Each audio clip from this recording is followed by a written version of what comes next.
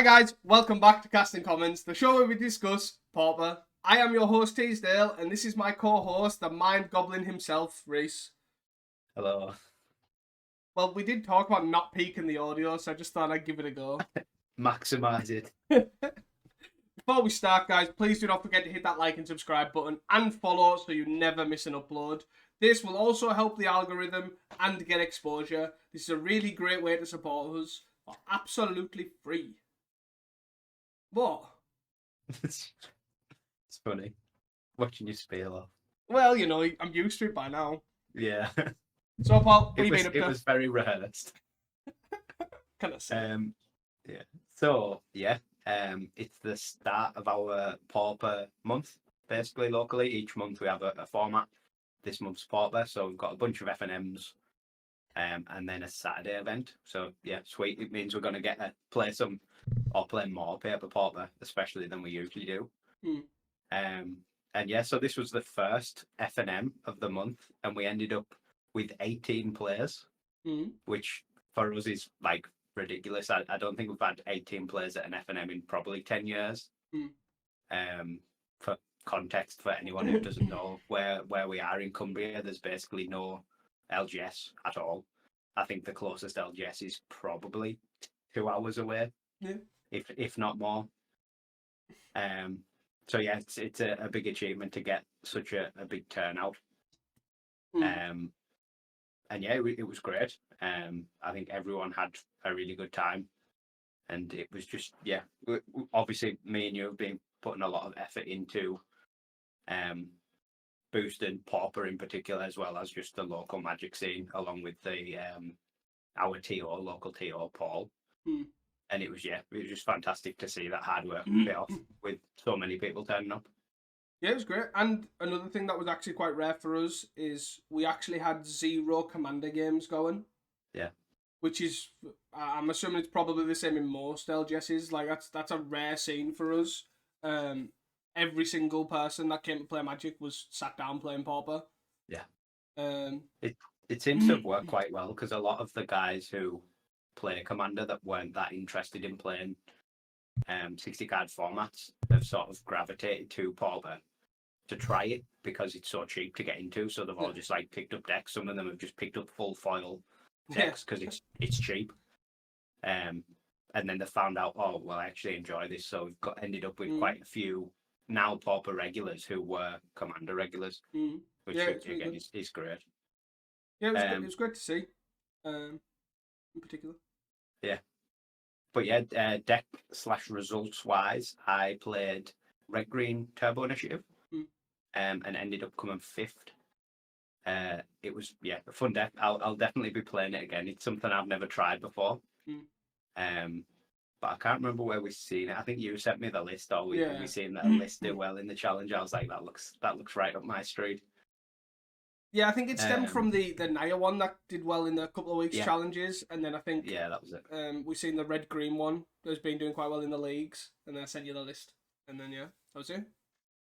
But yeah, I would definitely recommend it to anyone who likes just ramping into ridiculous stuff. I ended up making a mistake on a turn against Mogwart where I fetched for a forest with the initiative rather than a mountain. Like stupidly, and didn't hold up Bolt, and then got comboed out. Whereas if I'd just fetched for a mountain, I'd probably win that game and be either first or second, which was unfortunate, but you live and you learn. I guess the only issue I had over the tournament was the whole sticker thing in paper is just like annoying. Like every game having to shuffle up an extra thing and go, I'll pick me 3 stickers. I'll count what this one is, what this one is, what this one is. It's just it's not it. I hope they figure out a solution, because it's just adds so much just random dead time, and then you do all that, and then you don't draw the one of 4 sticker cards, and then it was irrelevant to do. Yeah. It's but good FNM, good Friday, and good week of Pauper hopefully coming up. What about yourself? So obviously I played the Pauper as well. I attended, which is also a rarity for me, to be fair. Attending generally FNMs. Getting time to do so it was great. And I just played Mogwarts, the same list I played the Northern Pauper Open. I picked that list to play in the Northern Pauper Open because I wanted to avoid mono red. but then ended up versing it twice out the 3 rounds. So what can you do? And then then the last round I got paired against Reese. Yeah, it was interesting. It was cool. Like I enjoyed our games. To be fair, it was interesting as well because me and Reese obviously play paper together or play online together or whatever. So we play a lot together. So once we get to a certain decision point and we've realised like it's over, like a lot of times we'll just discuss the whole game, which was really insightful. And then it turned out like this one turn I was one land off combo killing, and it basically mattered where. Was it 2 or 3 turns ago? I ended up deadly disputing a vault instead of a creature or something, and it turned out, and it was like these small decisions ended up mattering. Same with the forest and the bolt. It was really interesting that a lot of this stuff ended up being like that. Yeah, I think it was you were you sacking stuff to a Crackland Shaman, and you ended up fanaticaling a land rather than a creature, and then obviously the creature died anyway. So you ended up with a map token rather than a Vault of Whispers in play. And then like 5 turns later, you were I think you were a mana short or something like that. Yeah, so I think basically I ended up, was it something to do with, I sacked the Vault to the Crackland and disputed the Crackland, or not did, mapped the Fanatical Offering the Crackland Shaman, where I had a Mesmeric Fiend, and I could have sacked that, and then sacked the artifact, where obviously I wanted to leave like a fodder artifact around afterwards, but obviously I should have just done it the other way around, to be fair. But it was dead interesting because then we were, as we were saying, 1 land off for every route we looked at. It was like, oh, we need 1 more mana. Oh, we need 1 more mana. But yeah, it was really interesting. I've found that quite a lot in Pauper recently as well, like sort of modern Pauper, I guess, where small decisions actually all have a big impact on the game. So you gain a lot. Like if you can execute and play perfectly, you like win percentage goes up quite a bit. Like because even small mistakes like that just end up losing you the game like 5 turns down the line. Yeah, I've found that as well as of late. Like even in ones that you probably don't think matter, as well. That's the thing that's getting me more, is the fact that these little decisions that you don't think matter. Like I've seen people like just bounce a synth to lose the card instead of like bouncing a land, or bouncing a land instead of bouncing a synth to lose the card and things like that, and then not having the mana to do things in like Boros turns and all that sort of stuff. Like really random decisions that almost end up costing you the game 3 or 4 turns down the line is really interesting, to be fair. I guess the other thing I've been doing is I've been brewing a lot of random piles, basically. So my video came out today, which was Green White Affinity, where I was playing, or Green White Glitters, I should say, where I was running Carapace Forger, because I really like that card. And I've got a soft spot for Experiment one as well. It was always good to find a reason to jam both of those in the deck. And I'm just enjoying brewing and just playing decks. So I also hit 1K subs on Friday, which was also great to see. Woo woo woo! Monetized. Let's go! But yeah, it's really it was really good to finally get the support and things like that, and it's just going strength to strength. So I'm happy just recording just absolute nonsense and doing mid with them, and everyone enjoying and laughing at us. So yeah, it's good. I think it definitely does seem to be where your videos really hit it off, when you are brewing something a bit out there. I think there's so much content of people playing the best decks that it's hard to compete with. But when you are like playing Green White Initiative or Green Red Control and stuff like that, it does really get people interested. Yeah, and that's what I found, and I think that's what's kind of led. I got quite lazy of it. Not, I wouldn't even say lazy. I had a lot on, so I just kept picking decks. It's like, oh, that I can play this deck, and I'll just play a deck. And I ended up with like playing Bogles, I ended up playing Red, I ended up playing just decks that everyone's seen before. Like, if you could watch a Bogles video from 4 years ago, you're probably not far off watching the same deck. So, and it's the same case with, like, obviously Red's been done to death and all this sort of stuff. So it's just, now that I've got, not time, but I've got my time back, almost, is the best way I can say it, that I can obviously start brewing again. I've been enjoying it.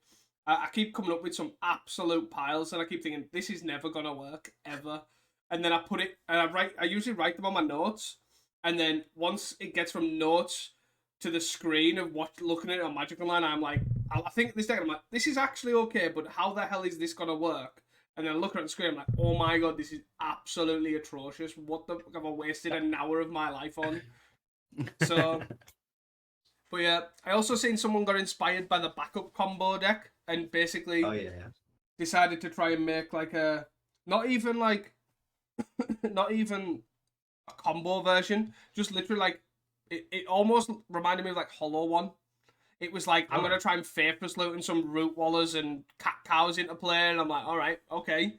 This is one way of doing it. And it looked pretty wild. So I hope they get some results to pique my interest. But yeah, it was definitely a interesting brew. And this is the thing that I like. I just like people brewing from my brews and then I get to retry them.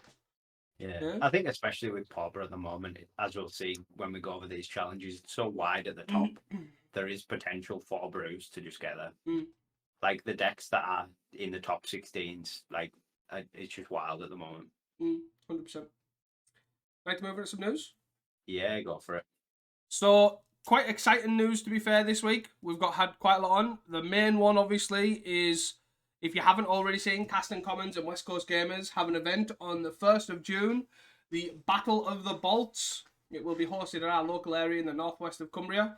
It will be a £15 entry, cut to top 8, and first place receives the Secret Layer Mountain Go, along with the pack per win prizes for everyone. There is also additional prizes in the top 8 with Magic Full Art Magic Fest Bolts. So there will be a ticket tailor app in the description below, so please check that out to get your ticket now. Also, if you want to keep updated, obviously check the Twitter, check the Facebook event page, and check here for the podcast for more information, because I believe one of the Newcastle guys has managed to gift us a bolt signed by Andrea Mengucci, which we will be giving out to someone. Yeah. So we're just going to give it away at random to someone who attends the event. It's a 30th anniversary lightning bolt, so a bit controversial, but signed by Mengo. So it's a bit of an interesting, quirky thing to give away. Yeah, definitely. So are we picking it, or are we spinning the wheel? Because am I picking the best brew, or are we going random? I'm joking. Oh, I haven't thought about that yet. But we will be giving it away regardless. Yeah. At the event. So, but you need to be at the event to get the bolt. That's the main thing. Anyways, also don't forget to check out Pauper Dan on Twitter, because he is retweeting like crazy all the UK based events. So if you are going to the High Wycombe Winner Box or Recollects Pauper events or whatever they're hosting, just check those out to keep up to date. Now into actual news, I guess, which also again has been a busy week in Magic Online and Pauper space, to be fair. Yeah. But first of all, the big one is Carl Perks at Card Market YouTube will be here and will be on the podcast this week. We have luckily had the chance to sit down and talk Pauper, talk YouTube, talk Magic in general with him, so it'll be great to see. Great to have him on. He'll be a blast for sure. Additionally, there may or may not be next week's episode. It is a bit up in the air at the moment. My son has an operation next week, so it will be on the fence if I'm able to attend or not. So keep updated on the Twitter page for that. Also, though, back to more happy news. There is a Magic Online went absolutely crazy last week in all sorts of beautiful and magical, lovely ways. So first of all, Magic Online or Daybreak announced the Magic Online Content Creator Program, which was a program for all applicants, new and also existing. You could apply. Basically, all you did have to link was your socials, your YouTube, your Twitch, whatever. And they would review your application, and then they'd either accept you or reject you. So obviously the normal ones that you've probably seen, you know, like Doomwake, Aspiring Spike, all the usual suspects of the huge modern and legacy content creators basically got in. I didn't see anyone that was huge that didn't get in. But there has been some Pauper content creators that have got in. Emma from the PFP has got in. Weber from the PFP has got in. Callie's got in. Myself and Salt and Pauper are awaiting a response. But basically, the whole issue, not issue, but the whole thing that happened with it is they tweeted saying they wouldn't have a close down, like they wouldn't have a deadline. You could open apply at any point. They've then received over 400 applications and have one guy reviewing every single application. So they closed applications and shit themselves. And then they've then allowed to reopen. They've reopened it, but only through the Discord at this moment in time, so they can control it better. But then the problem for me is that the review application process is now, it's not in like an order. Yeah, it's just all mixed Yeah. up. So then they also said that the application thing that's working, so they're currently not taking applications at the moment. They're not reviewing applications because the software to review the applications broke. Oh, So like they haven't reviewed any applications. I think right. I think they said they got 5 done on a Friday or something like that. But then That's they, not a lot out of 400, is it? but then again, they also said that the application order ended up being random, so you never got like in order of like. So me and Callie, for example, we applied roughly within like 5-10 minutes of each other. Callie heard, I'm still waiting. Like I understand. Do you know what I mean? That's like a long gap and all that sort of stuff. But yeah, like they're just not in order, which is fine. Like I get that, but I believe there's. Hopefully they figure it out and get through it. Yeah, they've got a lot to go through. I say 400 applications is a lot, and every time I go on to the Magic Online Discord, there's another person applied through this Discord thing, and I'm like, wow. So, but yeah, there's a lot of people being approved. A lot of people, I've seen a couple being rejected, but everyone's just got to wait and see. It's a cool program. It's cool. What you get for it, like even little things to me like are really big, like the avatar. So you get a unique avatar for a content creator which you can have on, which I know sounds really small, but for me as a person who creates content, people having a symbol that can basically, whenever anyone sees that symbol, goes, they're a content creator. I can Google that name and I can check out to see if they're on Twitch, see if they're on YouTube, see if they're on Twitter. Like even them little things, it's like all about growth showing on the other side. Like obviously content creators support Magic Online profusely, and it's nice that even that little tiny thing they get back. I know it sounds silly, but there is obviously other perks as well, which are also great. But yeah, that like little things like that is what really I think will help grow like these smaller channels, like myself. And then finally, after all this happened, there's like discussions on the Magic Online Discord where you can talk in all these sort of things. Like you can talk in the Legacy pin, or you can talk in the Pauper pin, or whatever. Brian Cook basically said, Brian Cook from the Epic Storm, for those that don't know who I'm talking about, basically message in there was like, can we have challenges on a Friday? Because people like us who have families, and you know, it's really good to have them on a Friday night once we put the kids to bed or something along them lines. Yeah. It's really great to play the challenges. And they basically went, yeah, screw it, let's add some.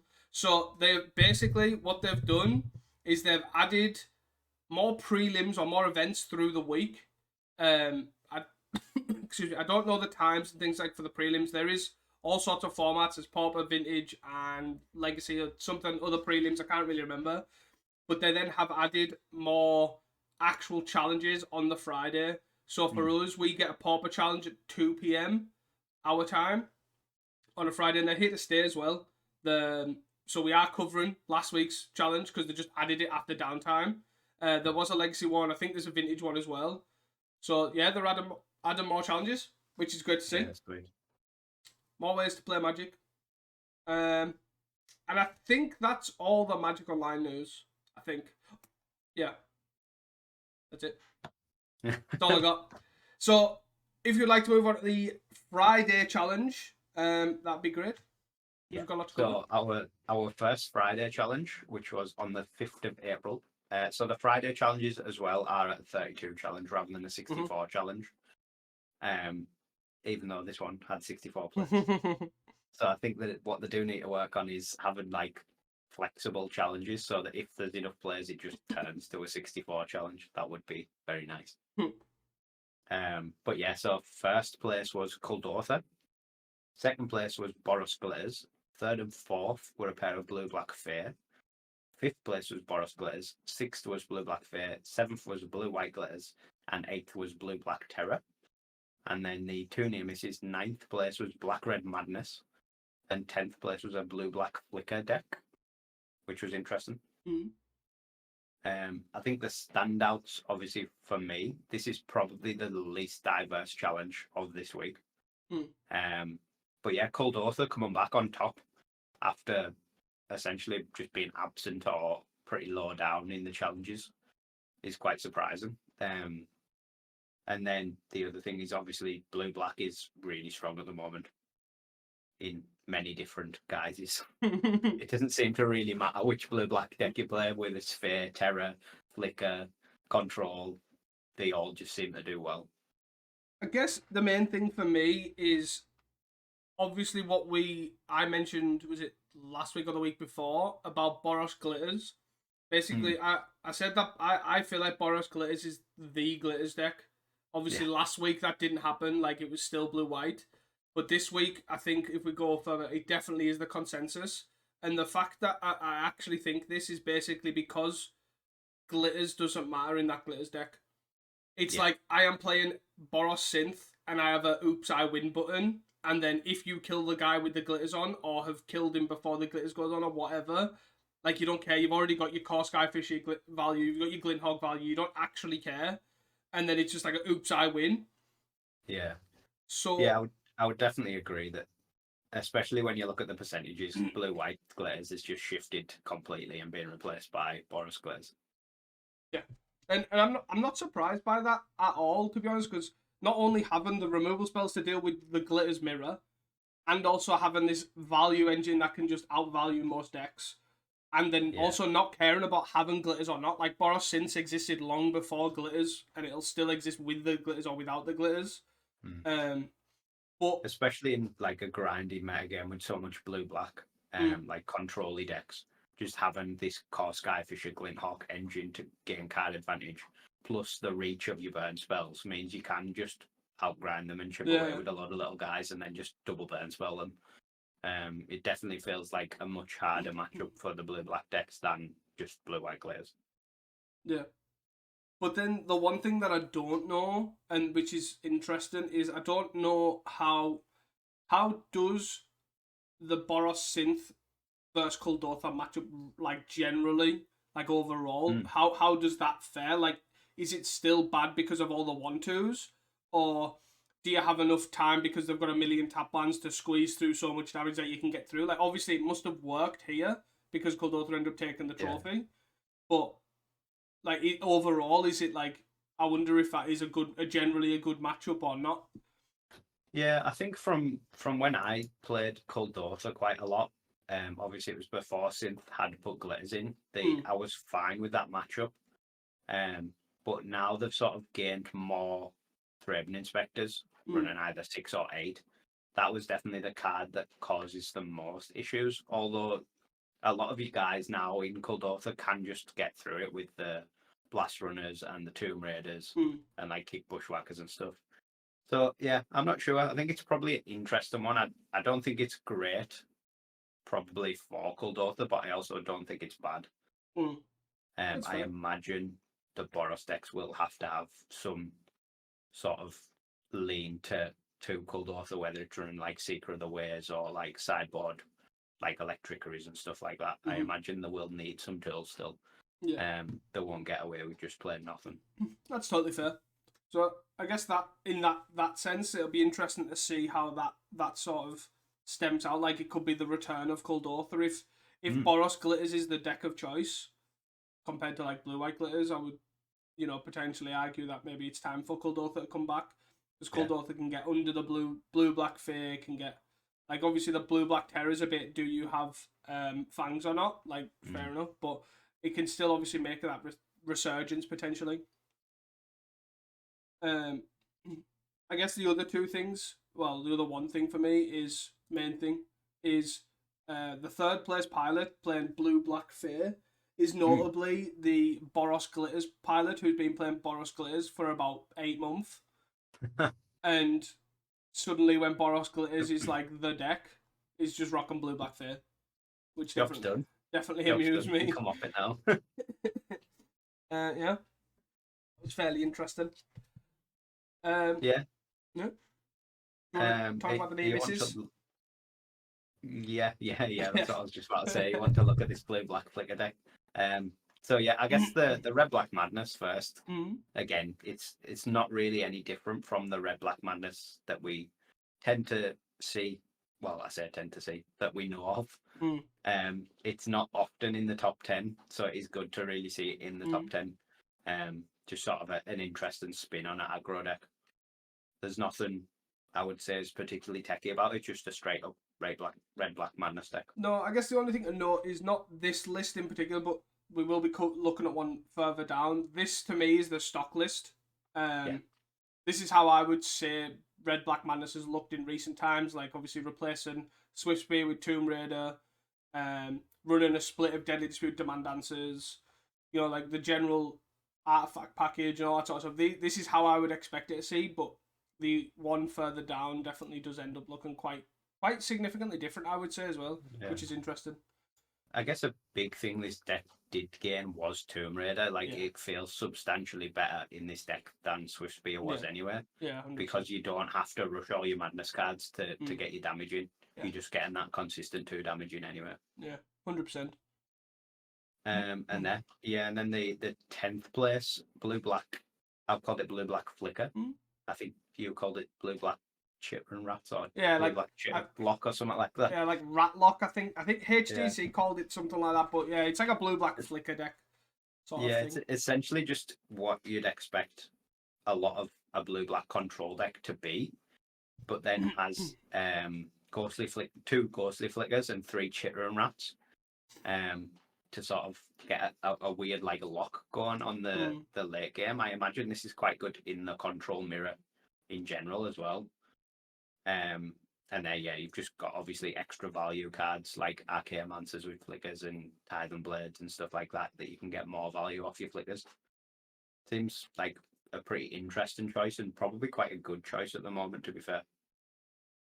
Yeah, I think the thing that amused me about this was I think I told you before that HEC is one of the golden pigs, and he basically got one of them to. He just went on their like chat room and basically went, "These are the 3 decks I'm giving you an option for. This was the meme option, and these are the 2 actual options." I can't remember what the other 2 actual options were, and they basically all just voted like, "No, you're gonna play this deck," and then ended up coming 10th.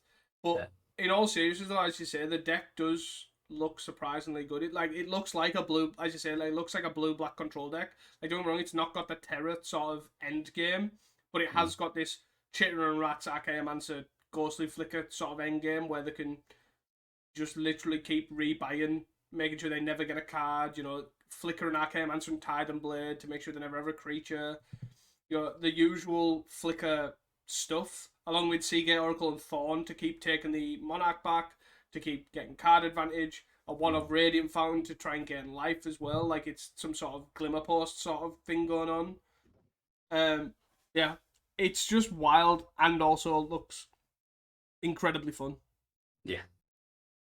So, yeah, it looks cool. It's cool to see. Have you got any other decks you want to talk about? No, not for the Friday. Not that I could see, particularly, to be fair. It was quite nice to see that on such short notice, because I think the downtime ended like either Wednesday night or Thursday morning for us, I think. Yeah. Basically, no real announcement, just went, here's a bunch of challenges, and 64 players rocked up. Yeah. It's pretty good to see. Yeah, I think this is a theme that we're starting to see as well, where if it was a 64, it would have fired as a 64. So if we could have it something programmed into Magic Online that if there's 64 players, it fires as a 64, that would be good, because the Saturday challenge, which is also a 32, on Saturday the 6th of April, had 68 players. First place, we have Mogwarts. Second and third is a pair of Boros Glitters. Fourth place is Gardens. Fifth place is Jeskai Wildfire. 6th is Blue Black Terror, 7th is Kuldotha, and 8th is Grixis Affinity, another deck that we haven't seen in quite a long time. And then the 2 near misses were a Blue Black Fair and a Boros Glitters. So yeah, I guess as we touched on the Friday challenge, Boros Glitters is clearly now the Glitters deck of choice. I don't think that's even particularly close. No. And yeah, Kuldotha again, this time piloted by Weber, so repping the PFP again. Kuldotha getting into the top 8, so maybe it's time to make a comeback. Yeah, I was trying to say, was this the similar list that he played last week without the Wellsprings and stuff, like his normal, it's like a normalish list? which I think it looks like it is. Because I really did enjoy the whole Wellspring makeshift munitions thing he had going on. I just wish he, retried that. But yeah, it's definitely nice to see Kuldotha. I never thought I'd say that, but it's nice to see Kuldotha again making a sort of comeback. Yeah, I think a big thing with it we are seeing again as well is the like going back sort of towards the Impulse Rend Resolve type engine. A lot of them are fitting in like the one of Fire Blast, a couple of Impulses, a couple of like flex cards like End the Festivities or Lava Darts.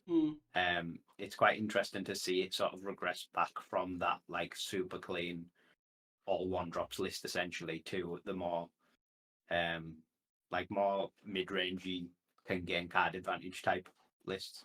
Yeah, I guess when you think when I've seen it play out, I guess like having the first Kuldotha be able to hit in a bunch of 1-2s, then you end the festivities them away, and then use the card advantage to then get past the rest of like now all those 1-2s are gone.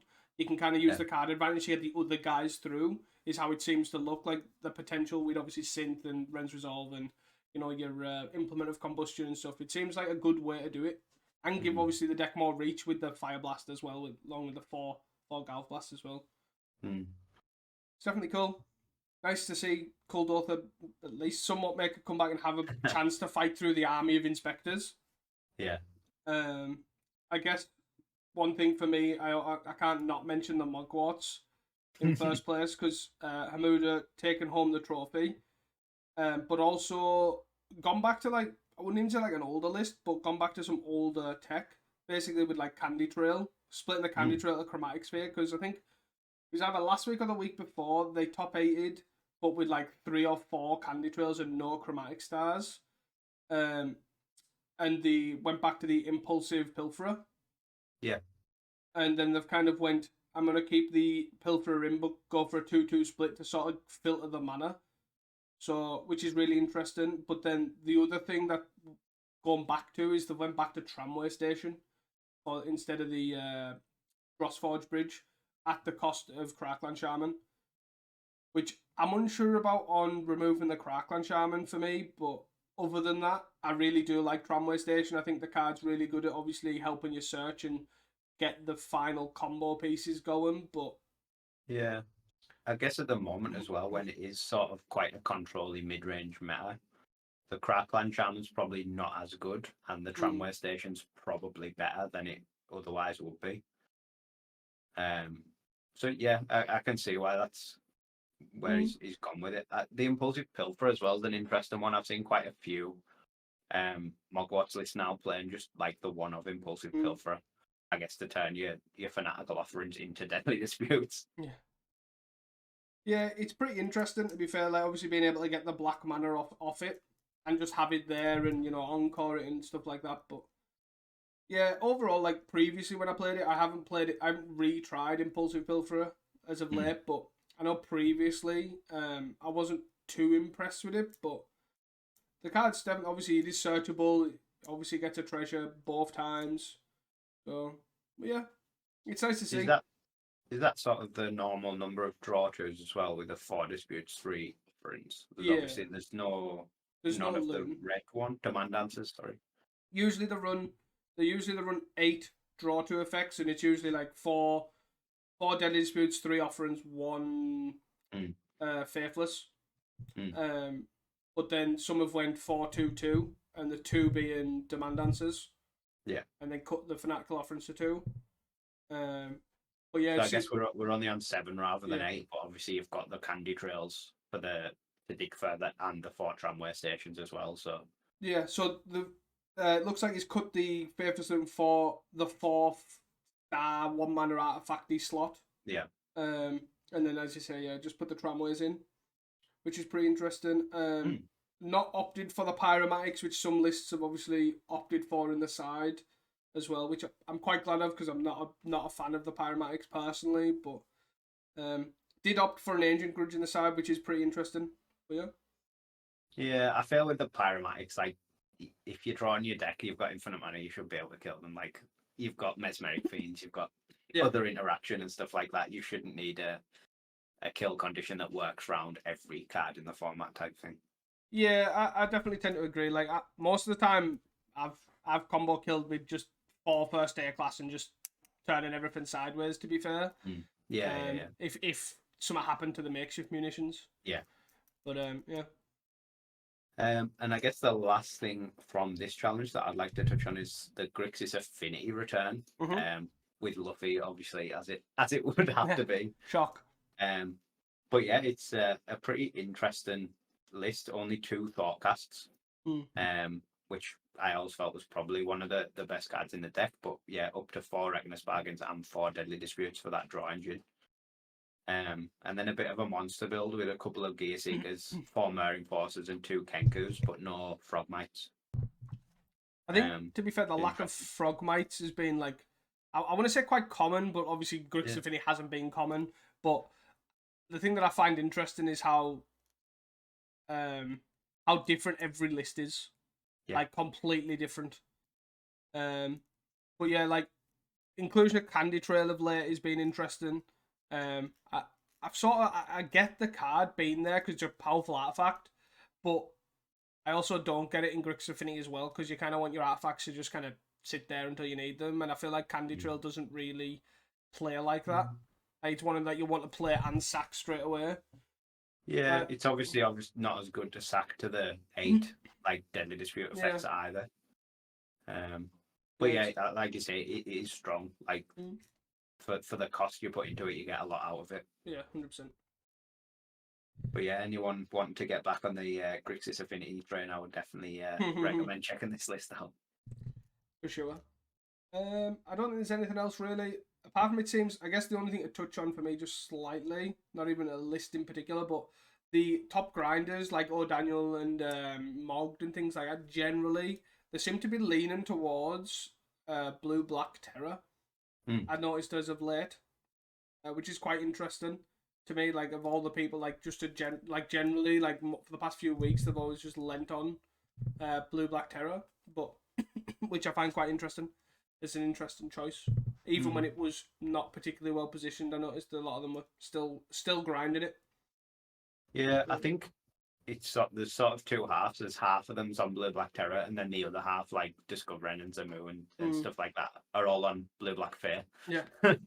The consensus is Blue-Black is very good, but which side of that you be on is I imagine just a preference. But it definitely seems like the decks to beat at the moment are Blue-Black general Blue-Black decks. Yeah. Be prepared for your glitters, be prepared for snuff out is basically the consensus. Would you like to move on to the Sundays? Yes, so the first Sunday challenge is a 64 challenge, which conveniently fired with 64 people. I think I've seen as well they were begging ball people to start this. I think I've seen... It's so odd when you see the 32, obviously the different times, but the 32s are firing with like 68 players and 64 players. It's like, there needs to be some sort of, I've said it multiple times already, but like a flexibility in these where they change depending on how many people show up. Because they don't need to be that strict. Yeah. There's no need for them other than old programming, I guess. Yeah. I feel like, I don't know if someone took, because I think I asked this question. I need confirmation if there's some sort of gambling laws, and I feel like that might be a thing in like US, but I feel like it's also not But a thing. that you have to say what it is. Yeah, I'm not 100%. Can you not just say if it's this many players? I don't know. If it's this many, I don't know. That'll be my thought as well. But asking your content creator Discord. Yeah, that's what we'll do. We'll bring this attention. Why can't we have one challenge that basically flexible challenges? Yeah, rather interesting. But yeah, anyway, the 64 challenge did fire. First place, Grixis Affinity, definitely making a comeback. Second place, Jeskai Wildfire, and third place, Grixis Affinity. Fourth place was Blue-Black Fair. Fifth was Ponza, Red Green Ponza making a return. Sixth was Mogwarts. Seventh was Gardens, and eighth was White Weenie. And then 2 near misses. Ninth was Fams, and 10th was Boros Glitters. So yeah, a pretty diverse top 8 once again. But yeah, double Grixis Affinity in the top 4 is a shock. It's not something I would have expected when we were speaking last week. And it's not Luffy either. Mogged won the challenge. And again, a very different list to Grixis Affinity. Yeah. He is on the Frogmite. There's no Serpents, and on 4 Thoughtcasts. Also on 4 Galv Blasts and no cast down. Yeah. Overall, as you say, a very, very completely different list. Yeah. Also on like a higher number of Titan Blades as well, 2 main, 2 side. There's a lot of differences between his lists and both still performing. Affinity showing its still true power, I guess. Maybe it's they expected a downward trend of Dust to Dusts. Maybe it's, I don't know, maybe Boros Glitters or Boros Synth can go above. You know, I don't know. It is an interesting choice. It's glad that it's resurgent because it is a fun deck to play and a fun deck to verse, to be honest. I would find even if the matches end up lasting like 58 million minutes when you're playing against them, they're still fun and interactive, and it's all about like choices and knowing exactly when to hold things up and what you're playing around and things like that. Even though it is a powerful deck, I definitely love playing against Grixis Affinity, and I'm glad it's here. Hopefully we see more in leagues. Yeah, I think nowadays with obviously there's no Disciple, there's no Airtog engine. It sort of has toned it down, so it's just a good deck to be one of the better decks. Yeah, it's just, we would have never guessed last week that it would appear not once but 3 times in the top 8 this week, but definitely worth jumping on if you have a love for Grixis Affinity, so I might have to build it back up. Also, another thing to note is Luffy top 8 this challenge as well, but with Gardens. Yeah. Decided top 8 with Affinity wasn't good enough. I'm going to do it again with Gardens.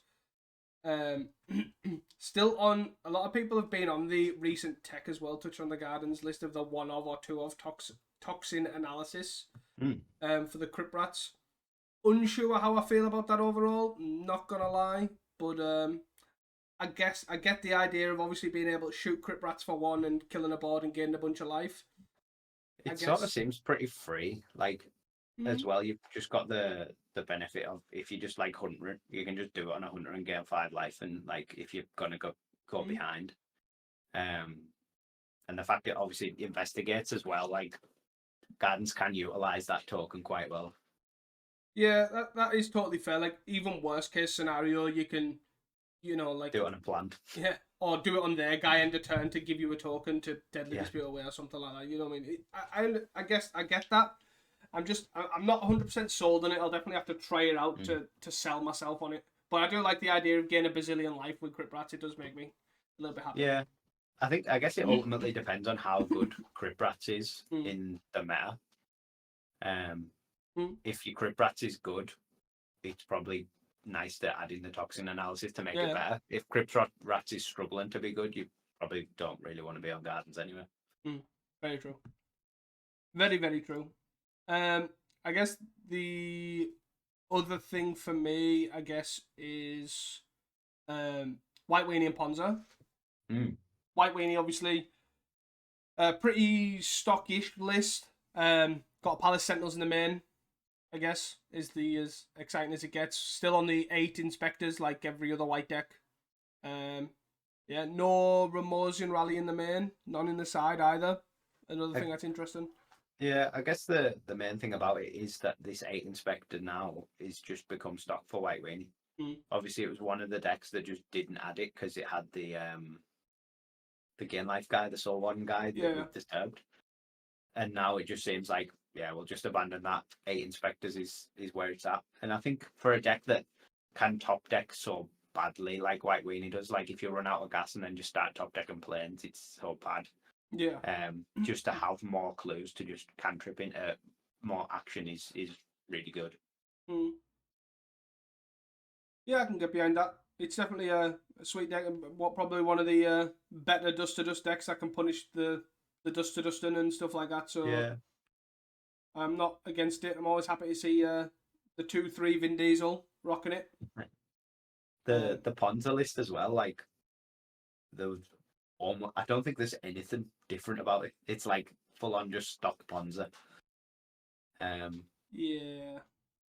Which is interesting. It's cool to see these sort of old school decks just coming back. Like they were top of the game maybe 6-7 months ago, and fell off. But now they're just back top 8 again. It's just seems like the meta's that wide. A lot of stuff can just do really well. Yeah, definitely. And you always, with Pons, you're always going to roll the dice, aren't you? How many land destruction spells you find against a deck when it's relevant, how many you don't find when it's not relevant, and all that sort of stuff. But yeah, definitely if a deck can beat its way through, Ponza is definitely one of them. I guess it might have struggled in this top 8 with the double Grixis Affinity being there as well. Probably not ideal trying to blow up all the bridges. Yeah, not the greatest place to be. And I guess my final point is GN, I guess. I was going to say, you're going to bully GN this week. Well, you got him, to be fair. You know, one day in 2024, he will manage to win a challenge. But today is not that day. Didn't even top 8 this week as well. Like, play a different deck, I'm guessing. That's what we're going to roll with. Just play something else. Remove Soul can only get you so far, I guess. But no, obviously, in all seriousness, Jane's still killing it with FAMs. Probably one of the only very few people that are still put up high-end results with FAMs. And I guess, to me, one big thing that I have noticed, especially listening to insert another podcast here, Kalikaiz podcast about where he interviews pilots. Listening to Kali and GN speak about how they both look on FAMs. Like, GN is very, like, reminds me very much like Chapin, how Chapin describes Magic. And it doesn't surprise me that you always see GN just missing out on the top tables, but still up there all the time, because he's absolutely, like, the way he just thinks about Magic is immense. And I would highly recommend listening to that podcast, even though we're not sharing his care on here, you know.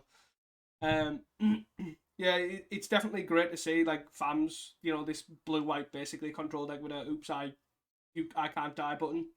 Always nice to see, especially when GN's piloting it. But yeah, definitely, hopefully, touch wood, fingers are crossed, hopefully we'll get the dub next week. Keep trying, lad, keep trying. Got an extra challenge to do it in now.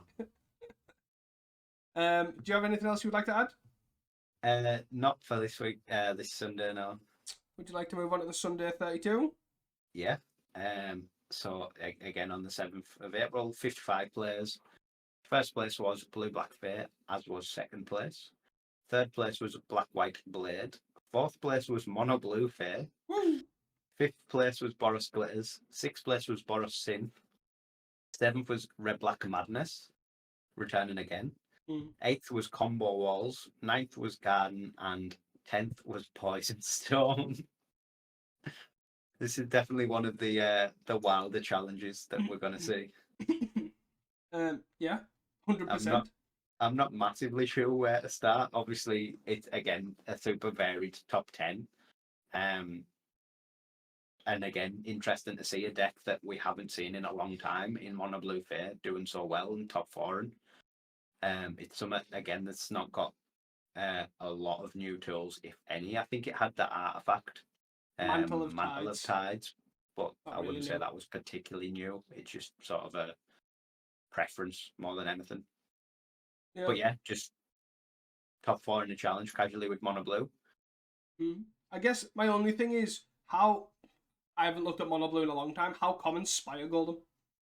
Like, I know it was like a thing of old. Like, did it make a resurgence recently, or what? Like, because I can't remember seeing it since Moonsaga Hacker was there, right? I could be wrong, but especially in the main, I'm gonna pass on that. I haven't looked at Mono Blue in a long time. It strikes me as something that would be odd to take out, but also I could see it being taken out. Yeah, that's one thing that I definitely don't really stare and look at. You know, keep me up at night staring at Mono Blue Fair. So I wouldn't really know, but that's one card that I'm pretty certain I haven't seen that for a while. But I also haven't seen Mono Blue Fair for a while. No. So, but anyways, more importantly, like, yeah, it's definitely cool to see, like, Mono Blue Fair making a comeback with also, like, a very, I want to say, like, 2019 sideboard. Like, you've got Curse of Chains, Viridian Longbow, another Mantle of Tides. Like, what is this sideboard? Like, has someone just thought, you know what I'm going to do? I'm going to revisit Pauper. I mean, sick of Modern. The Curse of Change especially is interesting because it's obviously Gates Mm. hedge, but there's just doesn't seem to be anyone playing Gates this Yeah. week. I guess it's also good against like Terra Yeah. and sort of okay against like Boros Glitters and that to take out core Skyfishes, but Mm. I guess yeah, it's out of the I utility. wouldn't But... have. Yeah, I wouldn't have guessed Mono Blue in a No. million years would be in this top 8. No, definitely not. The other thing I guess to mention is it's quite a really interesting 3rd through 10th, but obviously still unfortunately getting dominated by Blue Black Fair. Yet again, we'd also Bako and Purgatory in the finals, and both fairly stockish lists. Pretty much everyone in Black deck seems to be on the Extractor Confession, which is pretty nice to see because I know a lot of people said they really like the Edict, but they don't think it'll make the cut with Tide and Blade and Chain has already been in the format. But being able to cherry pick that glitters up guy is really key. Or Borgles, or being able to hit a Terror rather than an Augur Bolas it does work a lot. Mm. But yeah, blue black is definitely probably one of the best decks at the moment in some sort of guys, and obviously the Bako and Purgatory are really good players as well. So it does make sense that it rises to the top. Yeah, for sure. And I guess touching on the 3rd place Black White Blade list, like this deck is it's pretty interesting to be fair. It's obviously got the 8 inspectors because why wouldn't it? The 4 core Skyfishes, 4 Glinthawk as well, just to maximise on the Lembas Tide and Blade value engine. Interesting enough, it's got 2 scroll shifts, which is, for those that don't know, because I totally knew exactly what that card was, is a 2 and a white exile to 1 artifact, creature or enchantment you control, and then return to the battlefield, draw a card. So it basically, it's like a flicker, but a single target, but for an artifact, enchantment, or a creature. So you can flicker your Omen of the Dead to rebuy a core Skyfisher. You can flicker all your creatures, your Novice Inspectors or whatever. You can obviously flicker your Tide and Blade, your Lembas as well, which is probably the main reason why they're there. And you also get a draw a card as well for the exchange. So it's pretty cool. Yeah, it's quite a weird list to be fair. The one of Goliath Paladin is a cool choice as well. And then the sideboard for Navigator's Compass is definitely packing for Cult Author. My personal favourite. Love that card. Definitely an interesting list again. So far we are 4 decks deep, and we're still pretty interesting. Obviously, you've got the Boros Glitters and then a standard like Boros Synth. Yeah, I'm not sure what the sort of thought is on just not playing Glitters in this deck. Like, especially there's 2 Guardian of the Guild packs in it as well. It's like Glitters feels so free in these decks. I just don't really understand not playing it. I don't know if there's a particular benefit to not playing it. Yeah, like looking at the Boros Synth list, you've got 2 Relics, 2 Dawnbringers, and 2 Guardians, and then only 7 Inspectors. To me, I'm just thinking, well, surely you can fit 4 Glitters in here and it's pretty free. But with only the list running 2 Bridges, 2 Great Furnace, 2 Ancient Den, the only thing you'd have to change the mana base. The only thing I'm thinking is that they're trying to avoid getting hated out. Is my only thing. Avoid Gorilla Shaman maybe. Yeah. So. Fair. But other than that, I don't really, maybe expecting them, because they do look pretty similar. Obviously, Boros Synth and Boros Glitters, it's hard to tell the difference until, here's a Glitters. That I'm guessing they're trying to get around it by people boarding in Dust to Dusts and Revoke Existence and all that sort of stuff with very few targets. And it's not as good, yeah. Yeah, that's the only thing I can think of. But pretty interesting to see that Boros Synth obviously top 8 with that. Yeah. And then this 7th place list was what I was sort of talking about. If we look back at the previous list of Red Black Madness, the lists are, I want to say, almost completely different in the sense that this doesn't run Tomb Raider, it doesn't run Deadly, it runs Madness cards.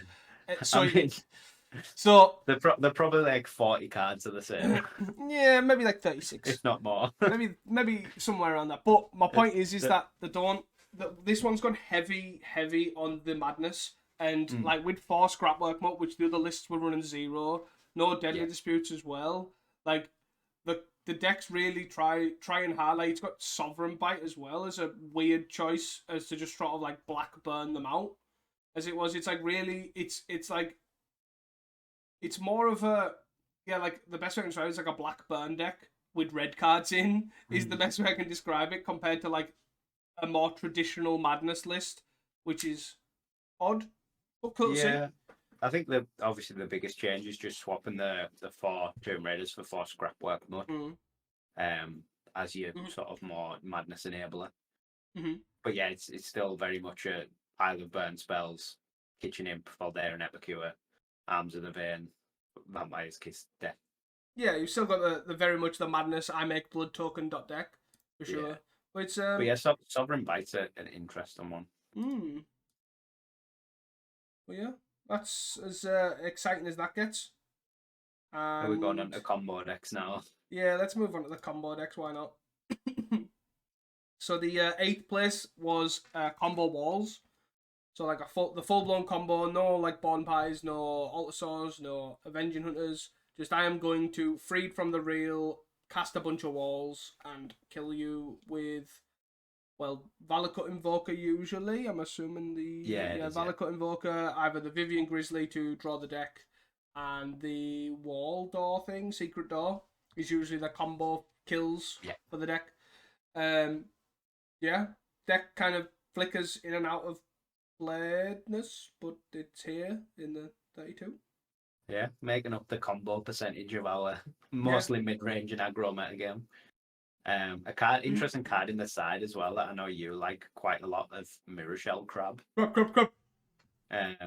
Obviously a counter spell that you can get off your 8 draw spells with lead the Stampede and Winding Ways. So a pretty interesting one. You can also hit it off your Vivian's Grizzly if you're valuing. Yeah, I really do like the fact that Walls has sort of adapted this card. I also like the Naga as well, the Exile and Enchantment or Artifact. Yeah. Snake thing, which is quite cool. I just really like that card as well for that sort of thing of being able to hit stuff off Winding Way, Grizzlies, all that sort of stuff.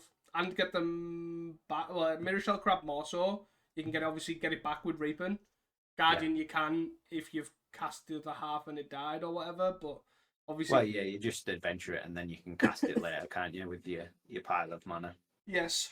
But I do really like these additions. I also like them moving towards the white sideboard with the Radiant Grove in the board with a bazillion Acolytes as, standard bearer and the Naga as well. Pretty cool to see. And then I guess lastly, Poison Storm. It's not particularly changed. It seems to me like a very stock Poison Storm list, but very interesting to see it like cropping up. I imagine again it's got probably quite a good blue-black matchup. Just because a lot of the cards are just dead completely against you. Yeah, I think. Well, I'm not 100% certain. I haven't played it in quite a while, but from memory, it has a bit of a struggle against Fae if they do Fae things, right? Like your Chalices, your Pentaprisms and stuff. But obviously late, like Baco's recent list runs less Faes, so like hitting things on 2 and hitting things on 3 are like less likely, which then makes this more likely to be better. So it could be well positioned now. Also with the game plan of like serrated arrows as well, in the sideboard definitely seems to be a great addition. But this list, I believe, Medvedev played it last week and came 19th. And I believe it is Kali's list. The thing that gave it away was the Seal of Removal, which was a tech that I know these Poison Storm players have been high on for obviously the Glitters matchup. Yeah.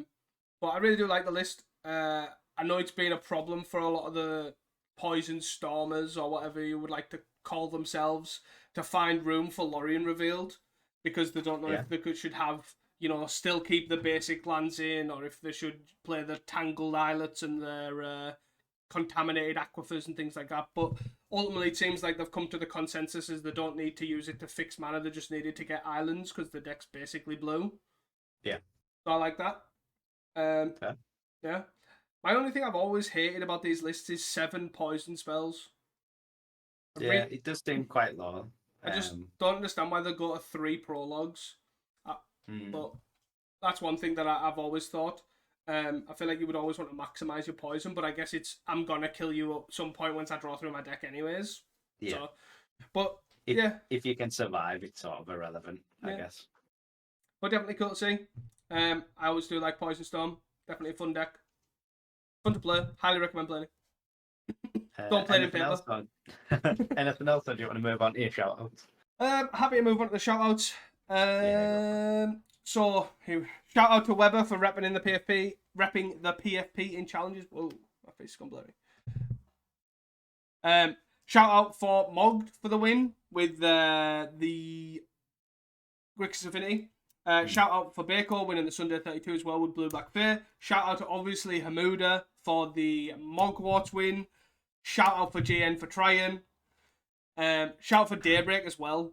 Shout out to those for actually listening to the community that Bryant and Callie and all the other people in the Discord wanted to get the extra challenge on the Friday. It's really great that they're obviously listening to the community.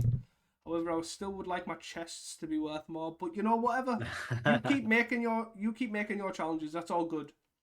Truly, all they have to do that is print the Fallout cards and put them in chests. Yeah. Well. Or print the Warhammer cards and put them in chests. As soon as those cards go into chests, and that's the only way you can get them, the price will just go through the roof. Hopefully. But I think that is all my shout outs. Yeah. I think if I missed anyone, shout out obviously all the grinders for keep making these challenges interesting, that is for sure. Yeah. Hot take from last week? Hot takes is fine by me.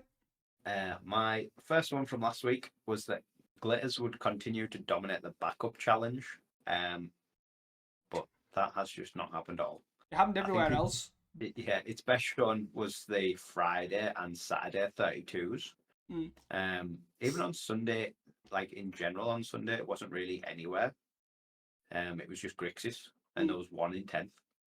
But yeah, a lot less domination this week. I think the worst challenge for that was the Friday one, but everything else seemed pretty diverse, to be fair. And even the Friday, it was sort of dominant, but it was like two different decks fighting it out, and then called off the Blue Black Terror sort of sneaking in there. My next one was Blue Red Fair. We'll top 8 next week. We got lots of Blue Black Fair. We got even mono blue Fair, but we had no blue red. I think I seen when I looked, I think we had 1, maybe 2 in the entire weekend. There was quite a bit of blue black, like blue red scred and like Grixis scred, like basically hibernating both blue black control and blue red control. But there was only 1 blue red Fair, and it ran Jilt in the main, which was a cool thing to see, I guess. But it came like 60 something. Did it jilt you? Yes, it jilted me. My last one from last week was that more combo decks would start to show up in the top 8 to beat up on the mid-range piles. They definitely do seem to be breaking through. Mogwarts, Walls, Poison Storm. But I imagine just a lot of Boros Glitters makes it harder for that to happen, given you can just die out of nowhere.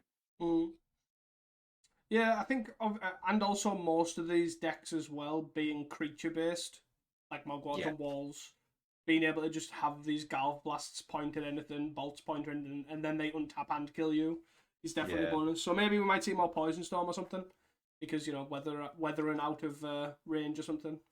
Yeah, I guess it makes sense if you're trying to beat this Boros deck and then the blue-black decks. Poison Storm doesn't seem to be the worst shout. No, it does not. It's a fun deck as well to play, which is always a bonus.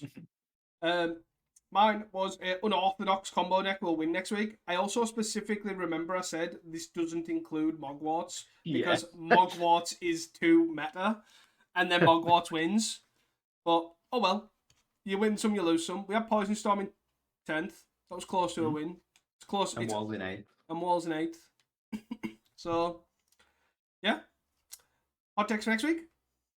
Yeah. My first one is basically that Kuldotha will continue to do well as it has done this week. We'll see a couple more Kuldotha decks sneaking into top 8s and maybe even another win. Mine is grindy control decks will make a resurgence. So, like Flickertron and Jeskai, like the really hard control decks is what I'm thinking. Not like blue-black control and blue-red scred, like the sort of, I'm going to sort of control and then go, he the terror, kill you. Like, not those. Not those decks. Like the fully, I'm going to make your life miserable, then kill you. Those decks. Yeah, to be fair, we did see some of that. I think there was 2 Jeskai Wildfires among the top 8, and then that blue-black flicker in 10, which sort of seems to fit that bill exactly. Yeah. I'll lock it out with my chitter and rats. Exactly. I just feel like they've got the ability to outgrindy bit of Boros Synth. And I think that the Boros Glitters, sorry. And I think that's where these decks may need to be. Like the mid-range decks may need to go even harder controlling to fight the A, the card advantage, and B, the Glitters half. Yeah, I think it's going to hinge on whether if you've got a good Fair or blue-black Fair and Boros Glitters matchup, essentially, is if you've got a decent matchup or you can skirt through the matchup reasonably and not be unfavored, you'll probably do quite well. Yep. My last one is that we'll continue to see these fringe combo decks sneaking into top 8s.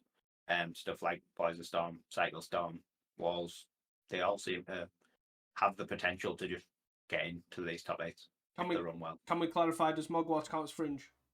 No. Okay. Just for clarity, just so we know. It wins too much. Is that Mogwart or is that Hamuda? That's the question. But there was another Mogwart that did well, right? Yeah, there was. Six. Yeah. So, my last one is Pestilence will top 8 again next week. What crack? Yeah, just fuck crack. Probos did it once, he'll either A, do it again, or B, someone will be like, do you know what? I'm going to do well with this deck.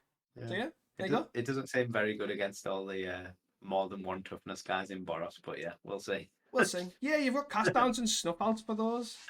For the Throne Inspectors. Yeah, that's it. That's all that matters. Yeah. So, there we go. Anything else? No, that's it from me. Thank you all for listening. If you have enjoyed this podcast, please do not forget to share it with your friends, your family, your local pauper community, and your dentist. I don't know. I probably already said that before.